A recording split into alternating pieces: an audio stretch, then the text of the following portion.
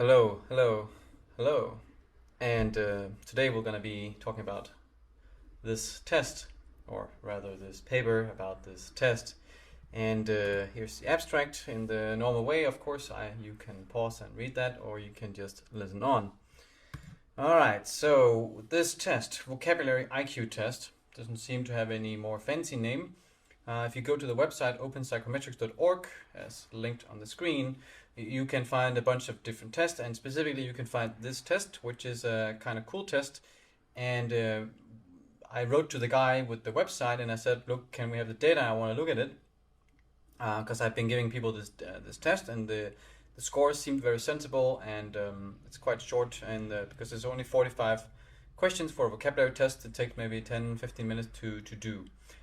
So I wanted to know how well it actually works, and kind of surprisingly, the guy behind this website, he put out a large collection of some 12,000 people or so, or maybe some of them are the same, but 12,000 test takers, and in this database, of which 9,000 something are native English speakers, and so those are the ones we're looking at here.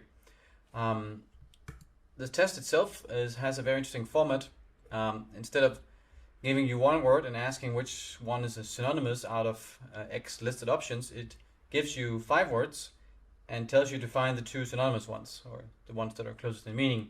And here, hopefully, I've shown you that this can be done for the first 3 questions. And the interesting way about this approach is that because people have to choose 2 options, it's a choose 2 out of 5, which when there's no order aspect, that is 10 options. So each question provides essentially 10 different ways you can answer it. I mean, ignoring the don't know option.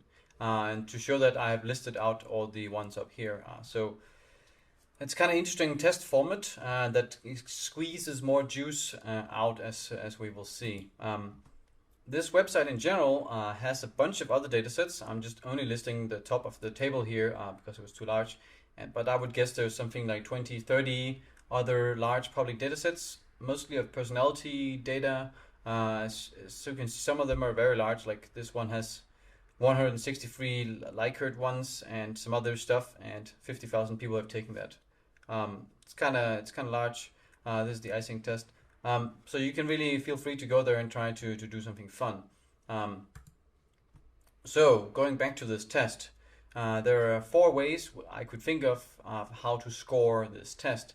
And the most obvious one is the sum score, and that's the one where you simply count the number of correct items. It's this one.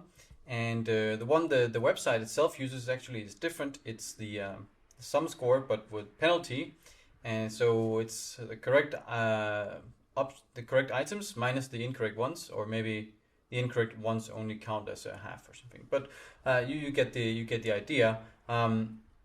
Of course, from a modern psychometric perspective, you would not want to use such methods if you can avoid it. You would want to use something more fancy, something item response theory based. And there are 2 ways to do this because they give you the actual words chosen. They don't just give you the correct or not. And so the normal IRT, the binary version, is that you treat every item as either being correct or incorrect. So you find the 2 words that are correct and you score that as 1, and every other option is 0, and those are the data you analyze. And the second option is the item response theory with categorical items. And the idea here is that although there is only one way to get it right, the different ways of getting it wrong are not the same. And if we go back to this, we could say, for instance, that if you pick tiny and new, maybe that's more wrong than faded and big. It may not be obvious why some of these are the case, but sometimes there will be rare words in these, and if you're just kind of taking a guess at one of those and you happen to get it wrong, maybe you were at least more likely to get it right than if you had picked 2 common words that are obviously not synonymous. And so essentially you're asking the computer to score a given person based on all the 10 possible options for each item instead of just having only 2. So this way, theoretically, you could squeeze out more information because the different wrong options are not equally wrong. I've scored the people here, and we have some criterion variables. People in this dataset, they report their own education level and their age, and we have the number of the time they used on the test. If you just sum the scores, the correlation to reported education is 43, and if you use the penalty scoring, it's actually 42, slightly worse. And if you use the IRT, it's 44, and these round to the same value because they're roughly the same in this. So even though you should get some more information out of using the different wrong ones, theoretically you can show that this is the case, it's more effective, but practically it's not better here. And you may guess why that is the case. Maybe the dataset was too small to train on, because if you have to estimate not just one of these item parameters for each item, but you have to estimate 10 of them for each option, then you need more data to fit this model correctly. There's going to be more overfitting. Not many people will choose each of the many ways. But the most interesting one is that the penalty is low, and you can see the same pattern for age over here, so it's just a bit stronger. The IRT ones are the best ones, and the interesting one is the penalty one is the worst, and that is unfortunate, of course, because that is the one the website itself uses and the one that it gives you scores on, so they shouldn't use that. Very interesting we see is that time spent is essentially unrelated to anything else. Even education and age is kind of unrelated. We may wonder if are we missing some obvious nonlinear pattern here, and the answer is yes and no. The blue line shows the local regression fit, and this gray zone is the certainty or the confidence interval.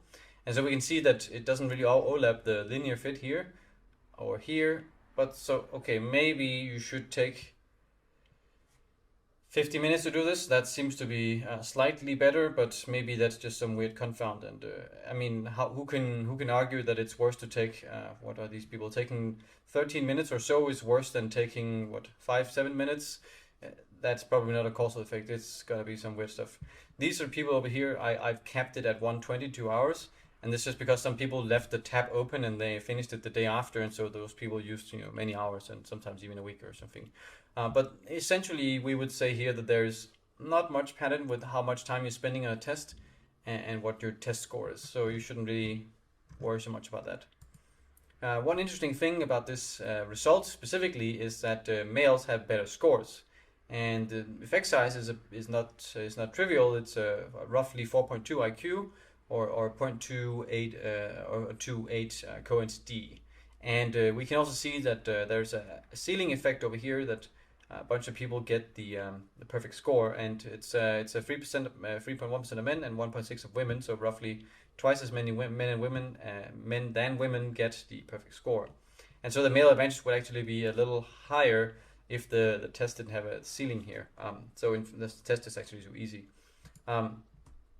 However, we may wonder, maybe this test is made by some anonymous guy on the internet. Maybe it just has a pro-male bias. Maybe that is why we see the sex advantage here. And so we looked into this, or I looked into this since I'm the sole author here. And the way you do this is that you do differential item functioning tests. And the way you do this is that in item response theory, each item is thought of as working as a logistic function, roughly like this. And the ability level of a person is on the x-axis, and the probability of getting a given item is on the y-axis here. That's the probability. So we can see that at some level it reaches the 50% area where the slope is the steepest, and we can see that different items have different areas where the slope is the steepest, and that is the difficulty of the item. And we can see the slope also varies. For instance, this one is less steep, and that is because the G loading of this item is weaker. So this item is terrible. There's no relationship with getting it right and skill level. So there's something very wrong with this. This one is just too easy, hence a bad slope, and this item is messed up, and this one. So there are some items that are bad that they should change, but overall they work okay. With regards to sex bias, you can see that the slopes are colored here, and that's because there's a male and a female version, and the female one is the blue one. And so we can see that, for instance, item 19 here, the blue line is a bit higher than the purple line. And so what it means is that this item has a female advantage or female bias. So women at the same ability level are slightly more probable of getting this item correct than men are. And we get the reverse situation over here at item 37, where the purple line is ahead of the blue line.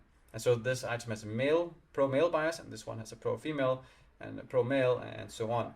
And so we can count all the items, and if we plot them, we get this distribution. And so in the middle, these are all the items that had no detectable sex bias, and that they are set to 0. And these are the other items. These are the ones with bias, and we can see the distribution is approaching normality.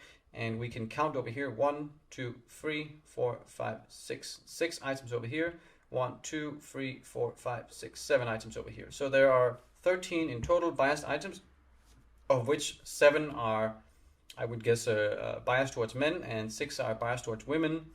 But on average, the average bias at test level is roughly 0. So this bias doesn't really do anything because it cancels out. If all these biased items were also over here, then the test level bias might be here or so. That is interesting, and this has a relevancy when we look at the Jensen's method, and that is the method of correlated vectors. Sorry. And here what we're looking at is that on the x-axis we have the item g-loading, and so this is converted from the item slope or the item discrimination, or for those who are more familiar with these terms. And of course we want items with the highest possible. Theoretically we want an item with a g-loading of 1, and since that doesn't exist, we want at least one that has quite high. And the pattern we expect is that items that are better measures of G or vocabulary ability in this test, they should also correlate more highly or more strongly with the variables we're interested in. And so, for instance, if we're thinking of age here, then the more G-loading items should have higher correlation with age, which is in fact what we see. And we see exactly the same thing with education. And this one is essentially, I mean, there is a correlation, but the most G-loaded items are still roughly at 0, and the least ones are also at 0. So the slope is too small to care about. Here we see that there is a slope worth caring about, but there's a lot of spread. So the correlation is quite weak. It's only 32.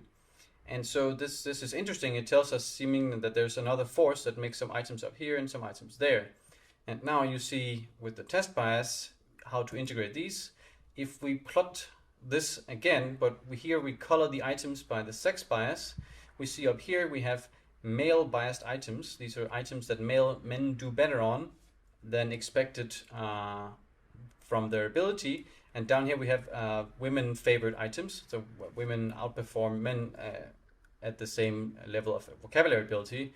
And so these items up here really should be up here if there was no female bias, and these items up here should be down here if there was no male bias. And so now we see that this extra variation over here is artificial. It comes from the biased items being located over here. And we can add this to a regression model, and here we're doing the same sort of analysis as over here with correlation, but we use a regression model instead because we can. And in this, we can begin with the simple stuff. We want to predict the male advantage on a given test, given item, and we just use the G-loading. And we get a slope here, and this is the standard error, so we can see that the standard error is a bit more than 2. So the p-value is it's not the 1%, but it's below 5. If we add the difficulty of a given test, still these don't have probabilities of less than 1. But then when we add the male bias from the differential item testing, which comes from a different framework of thinking about item differences or test differences, we see suddenly that these two predictors that were previously not so convincing, now they're quite convincing with a lot of stars. And you can see the standard error went down. The slope went up a little bit, but the standard error mainly went down.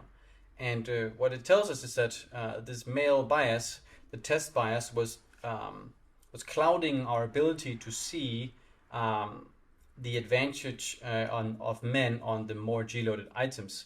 And so it's because of this test bias and some subset of the items that wasn't accounted for. And once we account for these, we can see the model explains now 70% of the variation, or 72% of the variation in which items men do better on and which women do better on. And in fact, we see that if a hypothetical item with a G-loading of 1 would have a male advantage of 28, and that should be roughly close to what we see here. In fact, it is exactly the same value. So everything is nice here. Interestingly enough, we see also that items with higher difficulties have a male advantage. And so if you had an item that was very difficult, as I recall, the difficulty scale here, what is that? Is that it's probably in C scale, right? So if you had an item that was one up there, then men would do very slightly better on the more difficult items. This may have something to do with the greater male variance effect, or maybe just that men excel at things that are more difficult, which would be interesting for analysis of genius and this sort of thing. It has in fact been found before, especially in math tests. So we may wonder again, since the male advantage is not due to test bias, there are some biased items, but they go in both directions. What other studies do we have of vocabulary in adults? And I've dug up a bunch of these, and we see that, okay, there are 2 studies finding a roughly same size advantage, but they're both from Taiwan. And every other study doesn't find this. And in fact, if you're thinking it's an Asian thing, then South Korea provides some cool water on that idea. So there doesn't seem to be any stable male advantage in vocabulary. There's also no female advantage, which many people may think there is. However, that there is not. And so we are again, or we can say that Richard Lynn, by coincidence, also did a review of these sex differences in verbal tests on these Wechsler tests, and that includes the vocabulary ones. And he looked at in the preschool kids, there's a very, very tiny 0.04 male advantage, and in the normal schoolers it's 0.08, a bit larger, but it's 1.2 IQ or so, and among adults it's more like 1.7 IQ or so, but it's still very tiny compared to the 4.2 that we find here, except that it's more, right, because of the test bias or the test ceiling. So still, there's no obvious explanation for why this data set has a larger male advantage. This data set is it's just based on whoever goes into some website to take this test. And so if you think it's self-selection, you would have to say that either smarter men are more inclined to do this thing, or smarter or duller men are more disinclined to do it compared to duller women. So one of these you would have to say is the case, and I don't know if there's some kind of evidence of this. So to summarize this study, this website has tons of open data, and you can simply download it and do whatever you want with it. It's all public. That's the way science data should be, of course. You can use it for fun or serious. Overall, this test works quite well. As you can see, the correlations with own education and with age were considerable, as you would expect. They do have the scoring on the website, and it works okay, right? The penalized scoring is only slightly worse than the other methods, but it's not recommendable that they would keep doing this, and but it is good enough, right? I can't say exactly what the IQs they give on the website are based on. If it's just based on the people who take the website, then it's probably a bit too low value it will give you, because I would guess smarter people are more inclined to do websites like this. And so if you have to adjust for the self-selection, then you have to maybe add 5 IQ or so to what the value it's giving you. That said, there are also some bad items, but in general, this is a nice test. You can send this test to people, and the score will be roughly decent if they didn't cheat. Some sex-biased items, but since they go in different directions, they cancel out. It doesn't matter. Jensen's method worked as expected, and it works even better when you combine it with this differential item functioning tests. And this stuff should totally be done in the future, because it's a nice visual way of looking at it and integrating with the other Jensen's method results on group differences and some other stuff. Men had higher scores. Can't say why. It doesn't seem to be normally the case among adults. It's not due to test bias. Likely it's due to self-selection that differs by sex. That would be the most likely case. We also made a Dutch version of this test, and just a 20 item version, but and it seemed to also work perfectly well. So it seems that this this design of choose 2 out of 5, it can be used in different languages. Not that difficult to construct a new version of such a test. So that is interesting. And with that said, I hope you enjoyed this small video of this paper, and then see you next time.